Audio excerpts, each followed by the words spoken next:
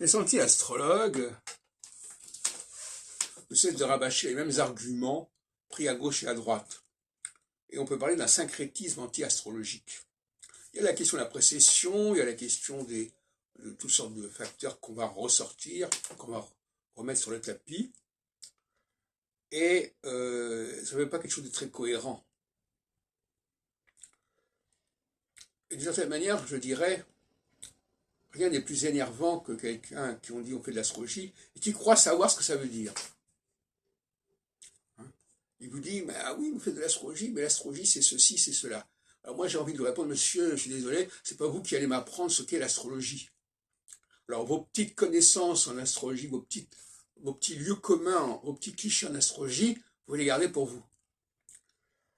Il faut remettre les gens à leur place à ce niveau-là. L'astrologie, c'est pas une langue qu'on apprend et qu'on ressasse. Quoique la langue peut se réformer, comme j'ai montré. Mais c'est une recherche de corrélation, une recherche de confirmation, notamment par la répétition. Et sur ce point, je crois que c'est essentiel de rappeler qu'on ne peut valider l'astrologie que lorsque des choses se répètent pendant une période assez longue. Donc on n'est pas dans une astrologie ponctuelle. L'astrologie ponctuelle, ça ne veut rien dire. Il s'agit de montrer que une configuration, une conjonction, tout le temps je parlais de conjonction, ne fait que enclencher un processus qui va durer sur une période de temps qui est celle qui va s'étendre jusqu'à la prochaine conjonction. Alors vous allez me dire, oui, mais alors les conjonctions, il y a des états. Ben justement, tous les problèmes sont là. Non, moi je travaille sur une seule conjonction, qui est Saturne conjointe avec les étoiles correspondant aux équinoxes et solsticiaux.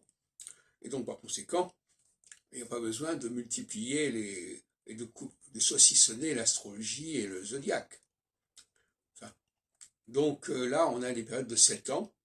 Et donc pendant une période de 7 ans, eh bien, on a un commencement de quelque chose qui ne veut pas dire grand-chose, parce que le commencement, c'est aussi à cheval sur la fin de quelque chose d'autre.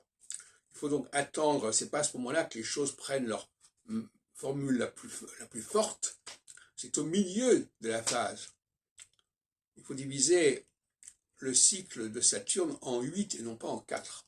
Ce que je fais d'ailleurs déjà en 1976 dans le livre pour l'astrologie. Cette division en 8, qui renvoie d'ailleurs à la notion d'octotopos, cher à notre ami décédé Guinard, la division en 8 permet d'avoir d'un côté un clivage en 4, mais en sachant qu'au moment où le changement se fait, on est dans une situation un petit peu confuse et ambivalente.